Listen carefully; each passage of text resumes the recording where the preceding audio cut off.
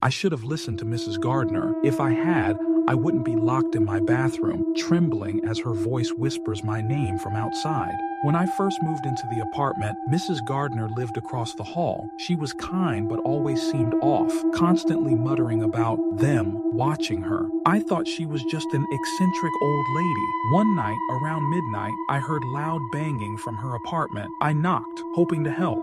What I found was far worse than I could have imagined. Her apartment was terrifying. Symbols, drawn in charcoal, covered the walls. Charms hung from the ceiling, and the air smelled of burnt herbs. She grabbed my arm, panic in her eyes, and whispered, "They're here. Don't open your door tonight." The next morning, I went to check on her, but her door was wide open. I stepped inside, and the apartment was empty. No furniture, no symbols, just bare walls and dusty floors. It was like no one had ever lived there. I asked the landlord about her, but he said the unit had been vacant for years. I thought I must have imagined everything. That was until last night. Around midnight, there was a knock at my door. It was soft at first, but then it grew louder, more frantic.